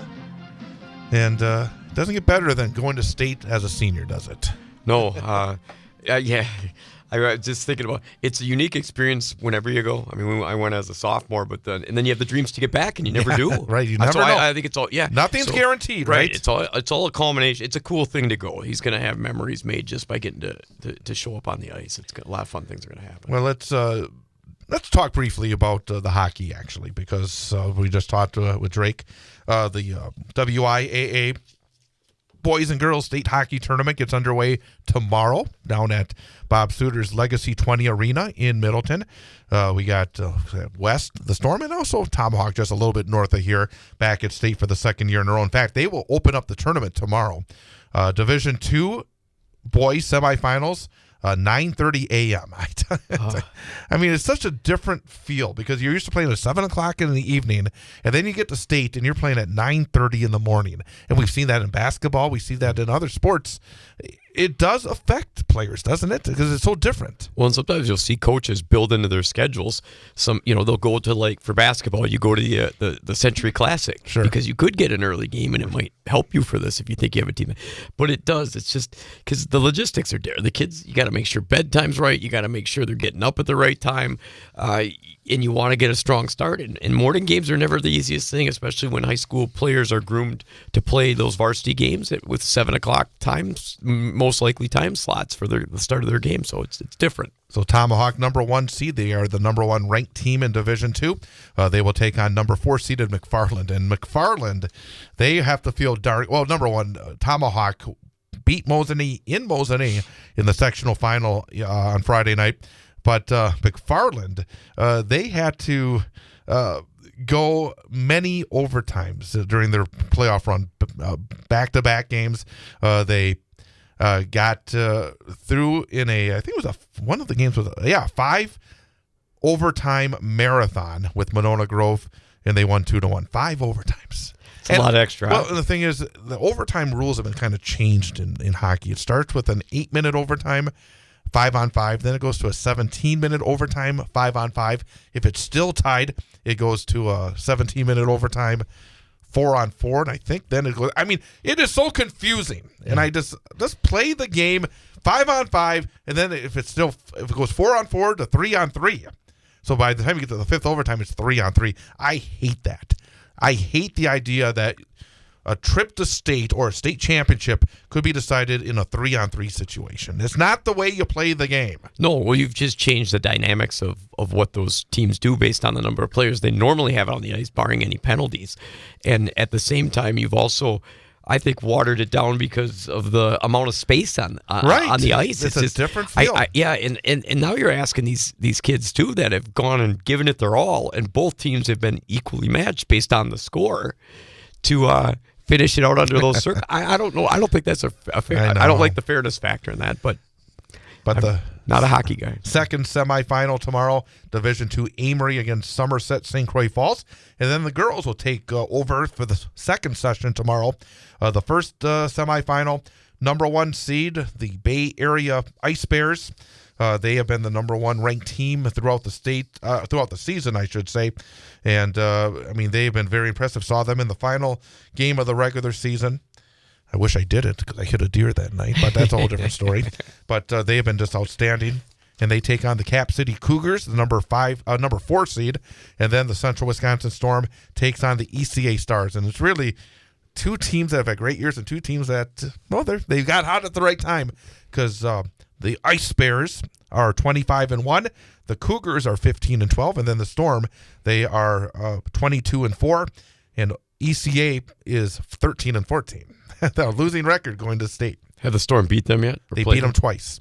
They beat them 8-1 in Eau Claire, but then at Greenheck, it took overtime to win 2-1 second time around. So obviously ECA did show they could play with them.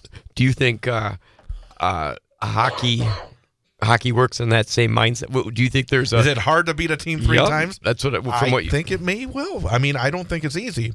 And hockey is it's a wild card with the goalies. It really is. If you have a great goaltender night, you can be outshot 40-10 and win the game. It's really craziness. And then Division I on Friday, 10 a.m., number 1 seed Brookfield takes on number 4 seeded Edgewood, and then number 2 Wausau West against number 3 Notre Dame at 2 p.m.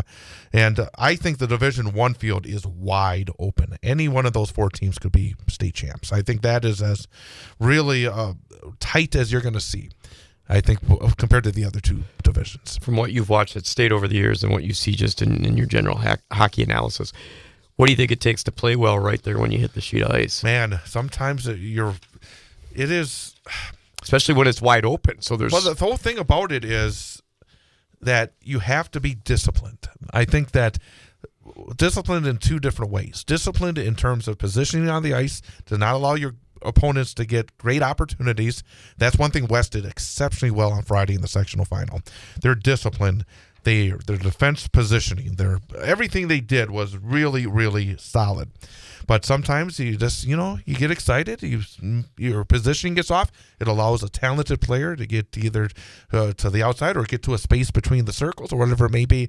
And also make sure that you don't get so juiced up that you take silly penalties, because power plays can be such a big factor in hockey.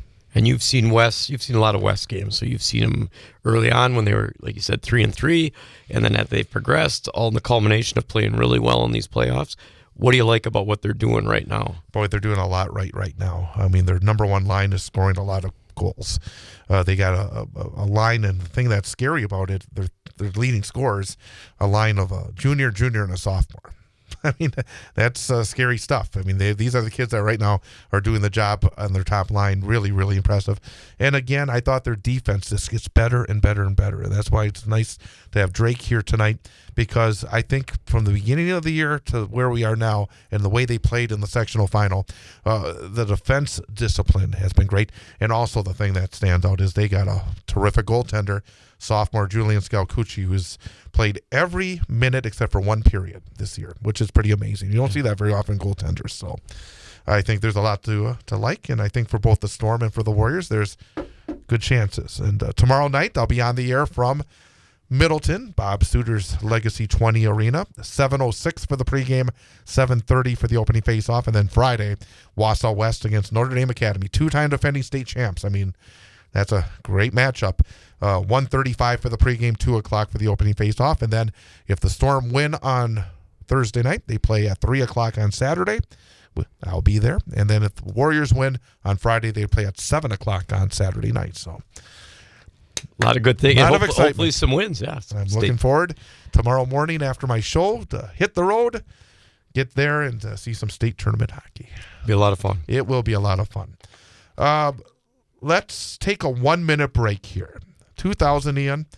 1 minute break, and then we'll come back and we're going to delve into the basketball. Lots of brackets. Yep. Boys and girls. We'll get right on it in 1 minute here on 98.9 WXCO. For the first time in 6 years, the Wausau West hockey team is at the state tournament. On Friday afternoon, the Warriors will hit the ice against two-time defending Division I state champion Notre Dame Academy in a state semifinal. Hear all the exciting action live on 98.9 WXCO, online at WXCO.FM, mobile devices and Alexa by searching WXCO, and on the Civic Media app, starting with the pregame show at 1:35 and the opening face-off at 2 p.m. Wausau West hockey from the state tournament is brought to you by Four Seasons Go, the Wausau Cyclones, Mike Whitmore Construction, Mosini Family Chiropractic, the Cloverbell Credit Union, Red Robin Restaurants, Sun Printing, the Wausau West Athletic Department, Coast to Coast Marketing, and the Wausau West Hockey Booster Club. It's Wausau West versus Notre Dame Academy in a Division I hockey state semifinal. Friday, starting with the pregame show at 1:35 on 98.9 WXCO.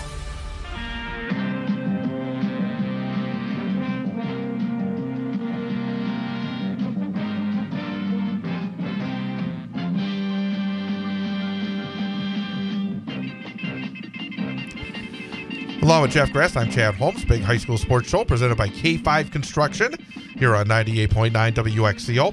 Hey, we did Division I on the boys' side for the regionals coming up on Friday and Saturday. Division II, sectional number 1. You got Wausau East, the number 1 seed, taking on number 8 seeded Merrill. Last night, Merrill beat Antigo by a score of 84-61. Merrill scored 51 points in the first half. I have to admit, I am shocked they scored 51 points in the first half because, frankly, I thought they were rather passive against Wausau West last week. And I think for Merrill, in order to beat Wausau East, they cannot be passive. They have to be, I think, aggressive, play like they did last night, and go after the Lumberjacks. Yeah, the games that I've seen Merrill have a lot of success, whether it's on the scoreboard, whether it's some highlights on the news, whether when I watched them early on, which was I think the first game of the year against Newman, they were very aggressive, and they definitely have the players and that kind of brutality to them where they're a very physical team, and guys that can put the ball in the basket that have Locksmiths and Wykes and Page. I think for Merrill to have success against East, they're going to have to come out and give those first couple punches. For East, got to give them credit.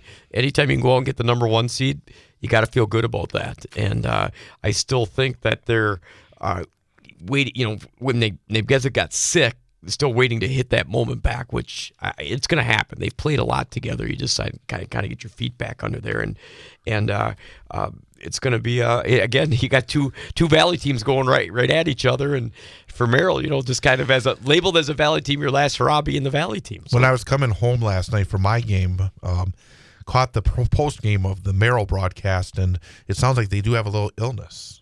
So that's something that again is a big factor. So I did not get all the details there, but it sounds like they are battling a little illness. Hopefully it will be better as we get towards Friday. But also 2 years ago, kind of a similar situation. Merrill went to a higher-seeded Mosini and pulled off the upset. So Coach Pieper knows, I think, what to do in this situation.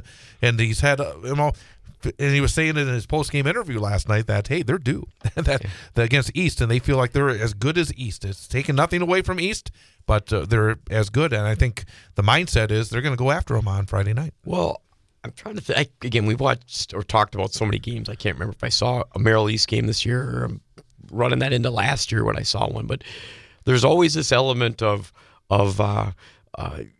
these physical presence out of these two teams on the court at that point. They're going at each other like a boxing match because they just war with each other, and I think that when it gets into conference play, when they do that, it's because they're in the same division for the playoffs.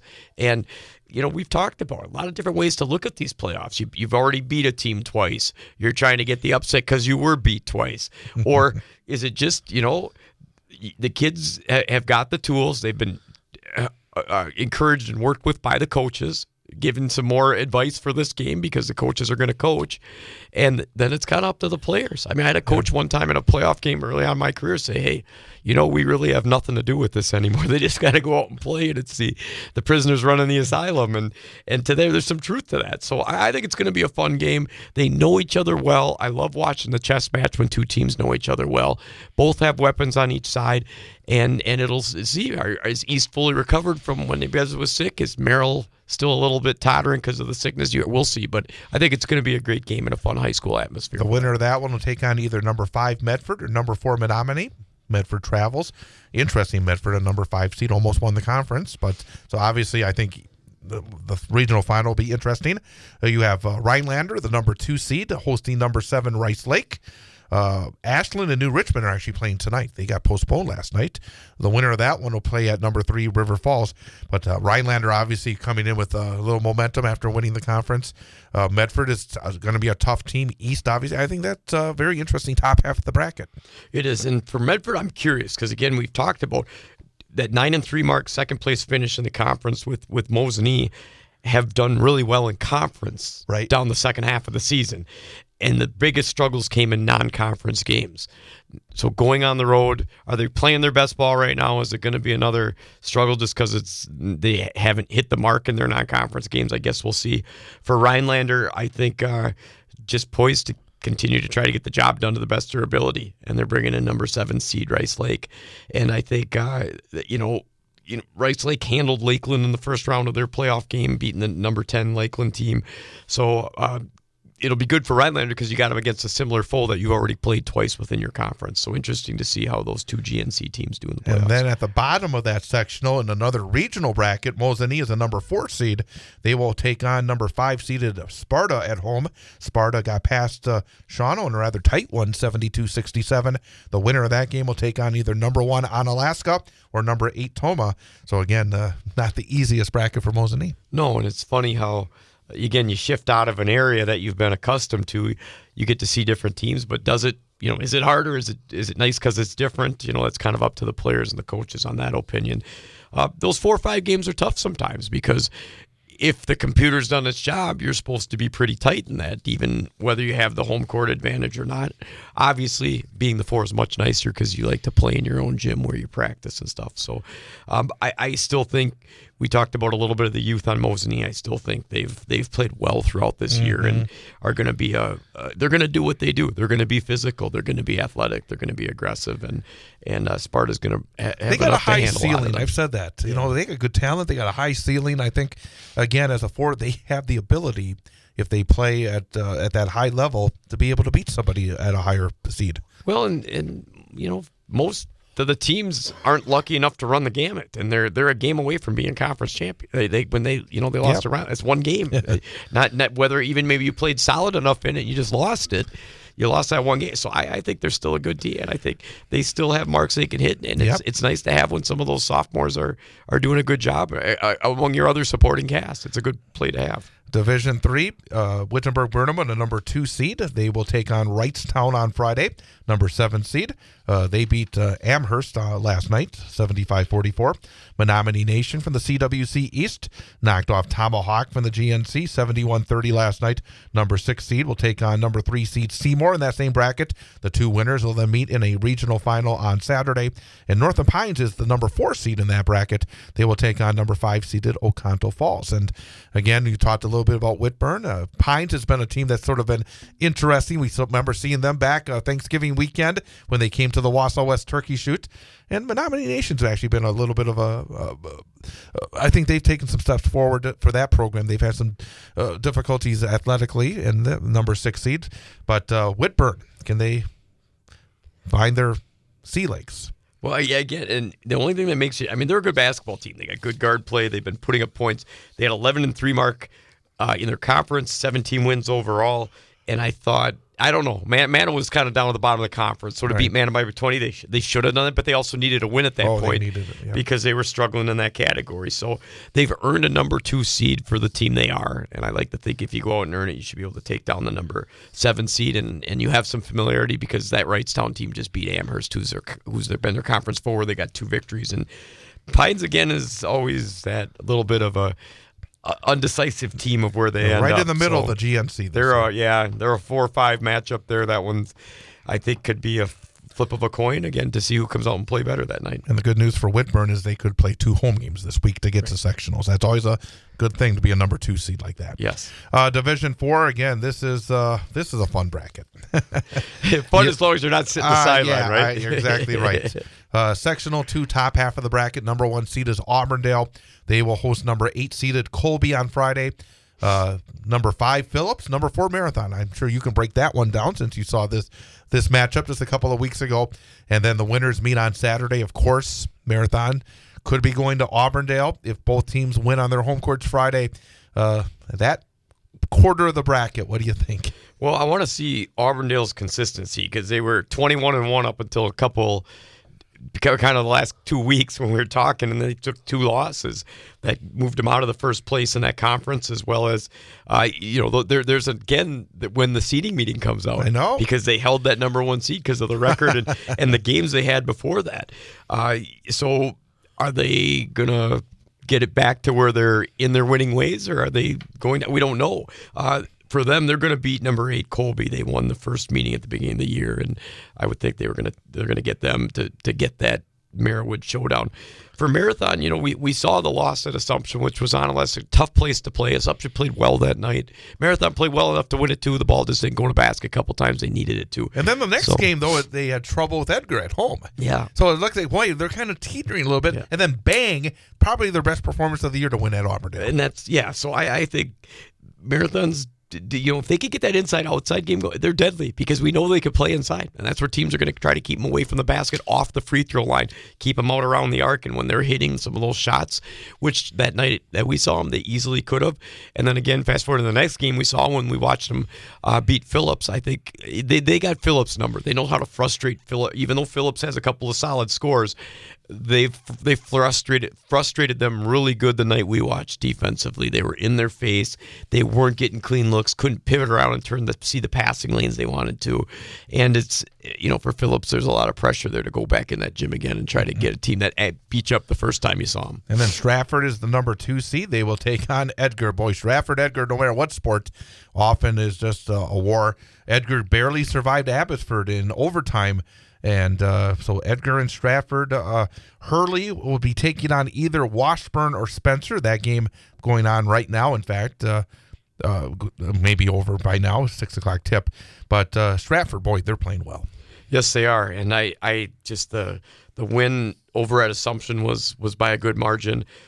They beat Edgar twice in the regular season. I again, tough call because it's a playoffs and they play each other and they know each other. So I got to imagine Edgar's going to try to come throw some punches. How well can Stratford or not have a letdown? That's the big deal for them to finish out that game and continue their wins on into the playoffs. And also bottom half of the bracket, number 1 seed is Bondwell. They take on CWC East rival Shiocton. And Iola Scandinavia, as we mentioned, tied with Whitburn for second, number 3 seed in that bracket. They'll take on Algoma. So, again, that CWC top tier we saw Whitburn is in Division 3, but those two, Bondwell and Iola, I think they're lined up to make a decent run. Yeah, I think especially, we talk about Bondwell, just the amount of wins they get.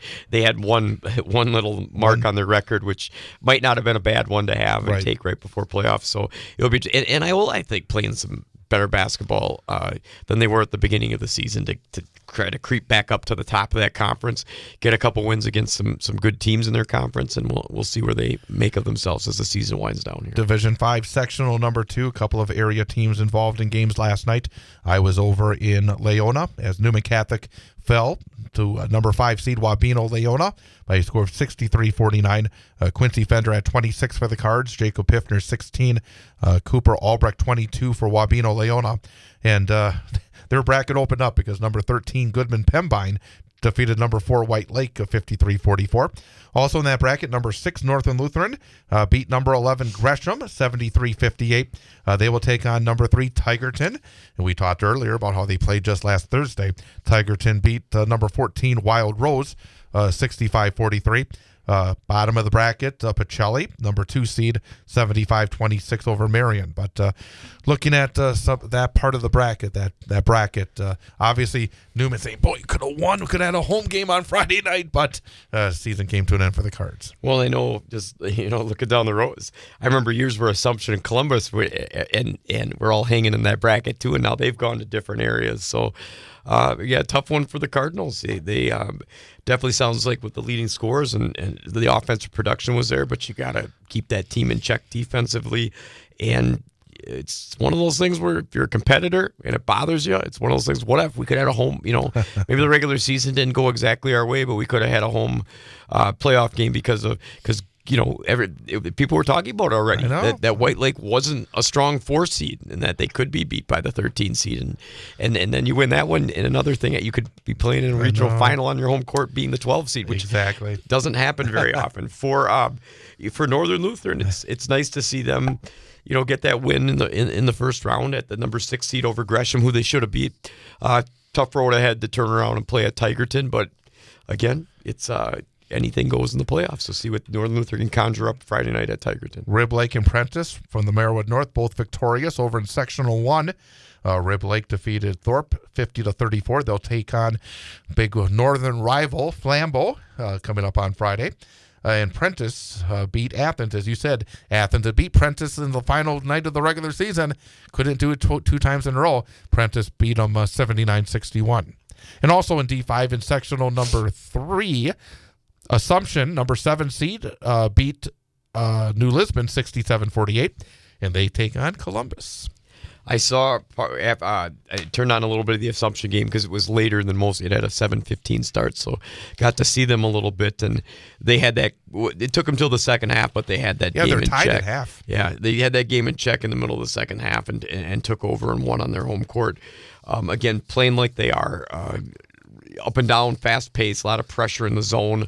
And kind of falls down to how they hit their shot. I think that'll be an interesting match with Columbus because if you know anything about Columbus, they can hit from the outside, and if they are on, it's not a fun game usually if you're the other team. I found that Prentice Athens stuff interesting that you can kind of get beat up in the last game of the regular season by the team you're going to face in the playoffs and turn around and switch it and win it. So interesting matchup there for Prentice.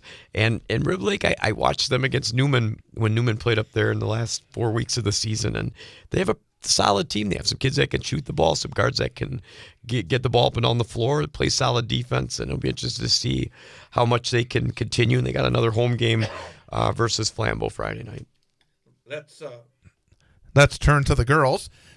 We don't have a lot of time, so we have to kind of fly through this. Division 1, Stevens Point is still involved. They have a sectional semifinal tomorrow night against Appleton East.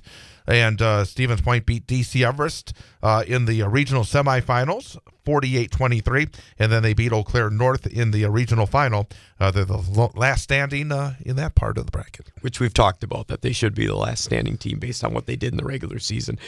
For them, what you got to love about this one is sometimes locations of places that decide to hold the game, and they get to go to a familiar Valley court they played on twice this season, where they're at DC Everest, and their young talent in Soybert, and they also have Aui, the freshman, playing. It'll be a nice run to have the regional final that they have in the first round of the sectional, see how well they play against the Appleton East team. Division 2, we were talking about this last week, the potential of round 3 between Mosinee and Lakeland. They played a pair of 3-point games during the Great Northern Conference season, but boy, Lakeland in the regional final on Saturday defeated Mosinee by a score of 66-40. Christina Wamet had 19 points for Lakeland. Addison Henrik had 14.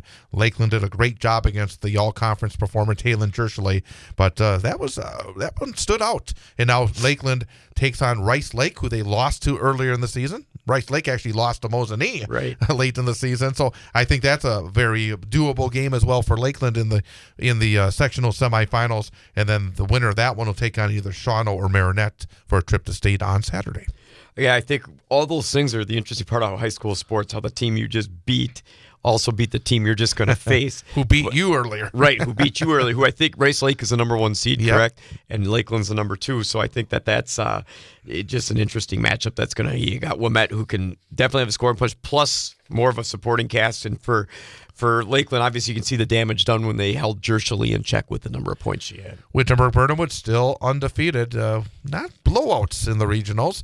They defeated Oconto Falls 66-52 and then beat Seymour 55-45. So Whitburn and number 2 seeded Freedom. And over the years, it seems like Freedom has had Whitburn's number a number of times in the playoffs. Yeah, they're going to play at Wapaka. Freedom is, I wrote this down to make sure I knew it, 20 win season already. They were 14-4 for second place in a tough conference. And they have I'm wondering if the stats are right, because when I check the stats, they have like 3 or 4 players average about 8 points. But I don't know if every game's in there. But if that's the case and they're winning, they're obviously playing a lot on the defensive end, if that's true. Well, real quick, Freedom in their last game when they beat Menominee Nation 60-42, 11 players scored. None in double digits. So it looks like it is a wide swath of scores. And we've talked about that can be a big deal going down. Who are you going to shut down? You only got one time to see this team. Who's going to show up? They have multiple attack weapons that can make a difference. And then Winneconne and Xavier waits for the winner. And I think Xavier, if I'm not mistaken, beat Whitburn last year. Yeah. In the sectional. Yep. So obviously, some work to do for the Chargers. Division 4. Auburndale lost to Bondwell, another team from the CWC East, second place. Bondwell beat Auburndale 55-36 to advance to face St. Mary Catholic tomorrow night in a sectional semifinal. And I saw Marathon lose to McDonald Catholic 48-32 on Saturday night. So McDonald taking on Cameron. But Bondwell, the last Central Wisconsin team standing in that bracket. Yeah, and they're a solid basketball team, as we talked. Got the regional final win on their home court Saturday. But you saw Stratford lose to Neilsville, Auburndale lose to Bondwell, Marathon lose to McDonald Catholic. All good opponents, yet 3 Merriwood teams that made the regional final, which is something to be said about the middle tier of the girls' conference. There is one Merriwood South team standing, the Assumption Royals, number 1 seed. And talk about an interesting sectional semifinal, Pacelli. 1 loss this season for Assumption, 1 point loss at home to Pacelli. You took my exact point. They're going to head over to Adams Friendship this Thursday, and we'll see how that all comes into play when that is the only blemish on your record. Because as Assumption, you got to come out, because that one would sting you if you're a true competitor, but it gives Pacelli a lot of confidence in what they're doing too. And odds are the winner goes to state, because again, I got number 4 Oneida Nation, number 3 Sevastopol on the other side of the bracket. A lot on the line, and I think for a team like Assumption, they were disappointed in sectionals last year. They want to get back to state. Yeah, as does Pacelli. So I think the strength is in that game, which is always the tough part about this. That's the game you want to see the next night, but the way the chips fall, that's what you got. So go enjoy that one if you're going to watch. All right. Well, we got about a minute to go here. Any final thoughts? What are you thinking about a huge week here with regionals on the boys' side, sectionals on the girls' side, and state? The national news cycle never stops, but it can be hard to find news about your local community. Civic Media is dedicated to providing quality local and state news coverage across Wisconsin. With the Civic Media app, you can get notifications about local stories that matter to you and your community. Find the free Civic Media app in your phone's app store and choose notifications from the menu to tell us what kind of news you want to hear about.